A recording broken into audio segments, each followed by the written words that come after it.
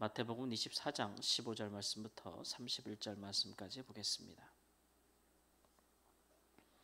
마태복음 24장 15절 말씀부터 31절 말씀까지입니다. 15절 말씀. 그러므로 너희가 선지자 다니엘이 말한 바 멸망에 가증한 것이 거룩한 것에 선 것을 보거든 읽는 자는 깨달을진저 그때 유대에 있는 자들은 산으로 도망할지어다.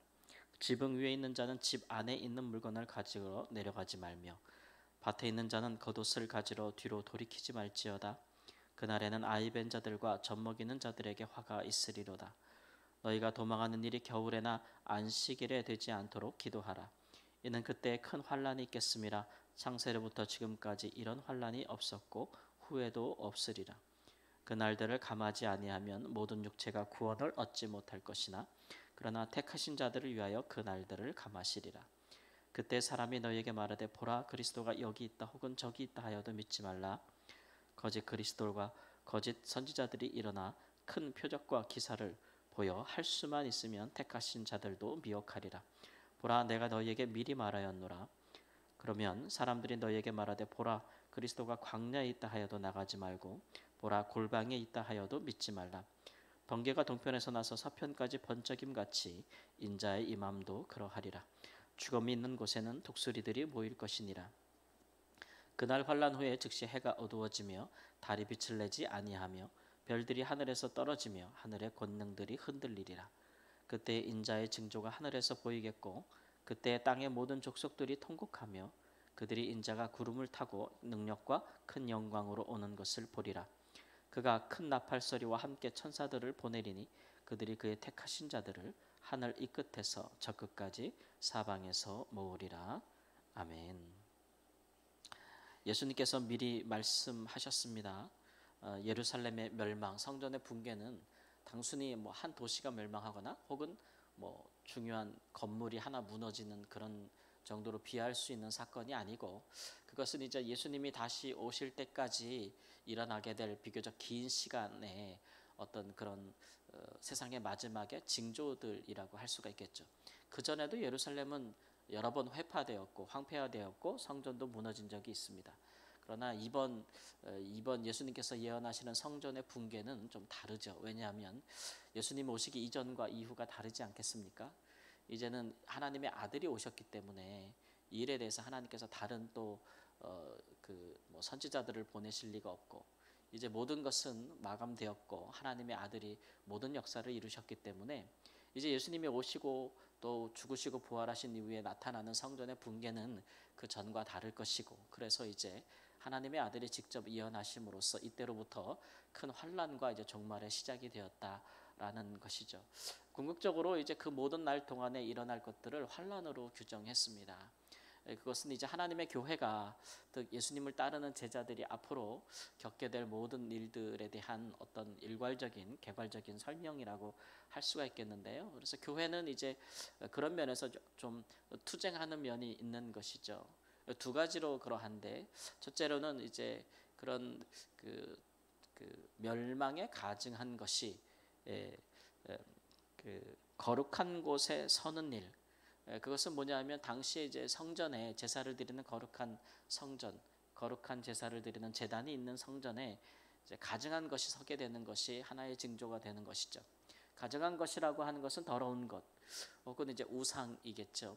이방 민족들이 이스라엘을 침략하여서 성전까지 다 무너지고 회파될 때에 그들이 제일 먼저 한 일은 유대인들이 가장 거룩한 곳이라고 여기는 그곳에다가 우상을 세우는 일이죠.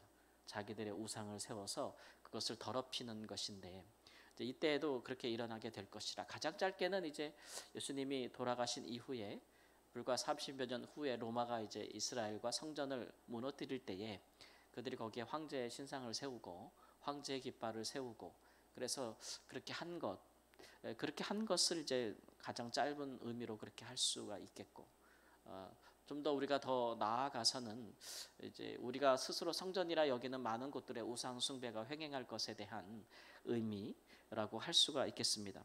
어찌하든지 그때 가운데 이런 환란을 견디는 것들이 교회의 또 하나의 어떤 투쟁이 될 것이고 그럴 때에는 믿는 자들은 이제 도망해야 될 것이다. 그 도망이 얼마나 긴급한지 뒤를 절대 돌아봐서는 안 된다라는 것이죠. 마치 그 구약에 그 롯이 소돔과 고모라를 하나님께서 심판하실 때 뒤돌아보지 말라고 하셨던 것처럼 그렇게 뒤돌아보지 않고 도망하는 것, 그것이 제자들 교회들이 해야 될 일이다라는 것입니다. 하나님께서 악인들을 심판하고 또 환난이 임할 때에 그 자리에 함께 있는다는 것은 같이 멸망하는 것 아니겠습니까? 그러니까 그런 일들에 대해서 큰 환난을 피하라라고 말씀하셨고, 그런 것들이 너무 오래되면 힘드니까, 그러나 하나님께서는 그런 종류의 환난도 하나님의 택하신 자들은 다 견딜 수 있도록, 구원에 이를 수 있도록 그 기간을 앞당기시겠다, 줄여주시겠다라고 하는 말씀도 이야기하고 있습니다. 그 두 번째 투쟁은 뭐냐 하면 이제 그런 거짓 선지자들과 거짓 그리스도, 그리스도가 여기 있다 저리 있다, 재림주가 여기 있다 여기 저기 있다 여기 있다 하는 그런 미혹을 일으키는 자들이 거짓 그리스도가 적 그리스도가 많이 일어날 것이라는 것이고, 그런 일들에 대해서 그들이 할 수만 있으면 표적과 기사를 보여서라도 미혹할 것이다. 이런 또 하나의 영적인 거짓 복음, 거짓 선지자, 적 그리스도를 인한 미혹들도 있을 것이다. 그래서 육과 영육 간에 그런 환란이 있을 것이고 미혹이 있을 것이라는 것에 대해서 말씀하고 있습니다. 그러니까 우리는 뭐 제자들에게 직접 하신 말씀이니 짧게는 이제 예루살렘 멸망을 앞두고 그런 일들이 있을 것이라, 실제로 그런 일이 있었다는 것을 우리는 여러 기록에서 살펴볼 수가 있고, 길게는 이제 예수님께서 다시 재림하실 그 전에 그때에도 이런 일들은, 특징들은 종말의 때는 계속 있을 것이다 이렇게 말씀하고 계신 것이죠. 어느 시대나 이단과 적그리스도 또 사이비들이 없었던 적이 없고 많은 영혼들을 미혹하는 일들은 계속되어졌으나 그런 일들이 앞으로는 더 심하게 될 것이고 더 크게 환난과 함께 일어나게 될 것이라는 것을 우리가 가히 짐작할 수가 있습니다. 그러나 그 환난 모든 후에, 그러나 그때에는 예수님은 재림하실 것이고 그것이 정말 번개가 하늘에서 반짝일 때 우리가 순식간에 일어나는 일이잖아요, 그렇죠? 그러나 그렇게 예수님은 오실 것이기 때문에 그런 일에 미혹되지 말고 예수님께서 부활하시고 승천하신 모습 그대로 그렇게 영광 중에 모든 민족들이 볼 수 있도록 오실 것이다. 그러므로 그때에는 하나님께서 택하신 자들을 하늘에 이끌때서 저 끝까지 사방에 모으실 것이다. 이런 말씀이죠. 우리에게 가장 위로가 되는 말씀은 하나님의 택하신 자들은 구원을 얻을 것이고 하나님의 택하신 자들은 결국 땅 이 끝에서 저 끝까지 하나님께서 다 모으실 것이다 라고 하고 있는 것입니다. 그러니 우리가 주 안에서 택함을 받고 우리가 하나님의 자녀가 되었다고 확신하는 사람들은 이런 일들에 대해서 두려워하고 무서워하고 공포에 휩싸이라고 이런 말씀을 주신 것은 아니고, 그런 말씀, 그런 일들 중에서도 우리는 구원에 이르게 될 것이다. 하나님의 은혜와 자비는 여전히 우리에게 비춰질 것이다 라고 하는 것이죠. 도망가라라는 얘기는 환난을 피할 수 있다는 말씀이고, 미혹에 주의하라고 하는 것은 미혹에 빠지지 않을 수 있다라는 다른 표현이 아니겠습니까? 그러니까 그런 부분들에 대해서 하나님의 택하신 자들, 제자들, 예수 그리스도를 바라고 그의 말씀을 따라 살며 그의 재림을 기대하고 소망하는 자들은 그런 일에 대해서 흔들리지 않을 것이다 라고 하는 것이죠. 많은 사람들은 지금도 예수님께서 하신 이런 말씀들을 가지고 사람들에게 공포를 심어주면서, 그리고 예수님께서 경고하신 것처럼 자기가 재림주라고 하면서 이렇게 행하는 일도 많고, 여전히 이제 믿음을 인하여 박해를 받는 많은 교회들이 지금도 존재하고 있다는 것을 압니다. 그러나 이런 박해가 우리는 줄어들 것이라고 생각하지 않습니다. 오히려 더 확장되고 더 확대될 것이라고 앞으로 우리는 생각하고, 그러나 그런다고 해서 복음이 위축되거나 구원받는 자의 수가 줄거나 하나님의 나라가 소멸하거나 괴멸하는 일들은 있지 않습니다.